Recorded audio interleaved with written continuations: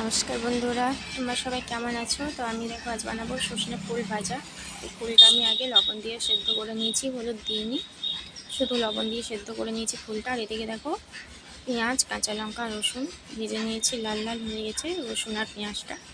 তোমরা নিরামিষ করতে চাইলে রসুন আর পেঁয়াজটা দেবে না, 5 ফোড়ন, শুকনো লঙ্কা আর একটু আদা বাটা দিয়ে বানাতে পারবে, খুব ভালো লাগবে খেতে। দেখো ভাজা হয়ে গেছে, সজনে ফুলটা দিয়ে দিলাম।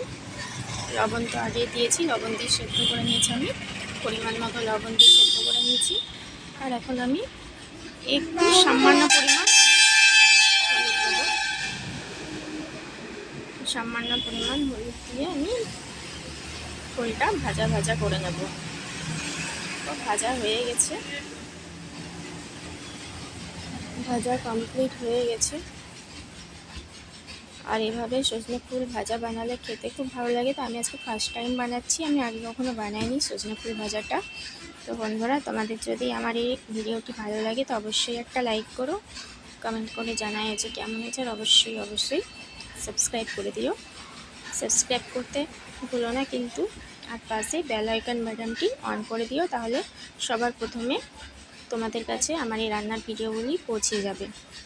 তো আজকের মতো টাটা, বাই বাই। তো দেখো ভাজা কমপ্লিট, এই যে ভাজা ভাজা হয়ে গেছে। গরম গরম সজনে ফুল ভাজা আর ভাত দারুণ লাগে কিন্তু খেতে।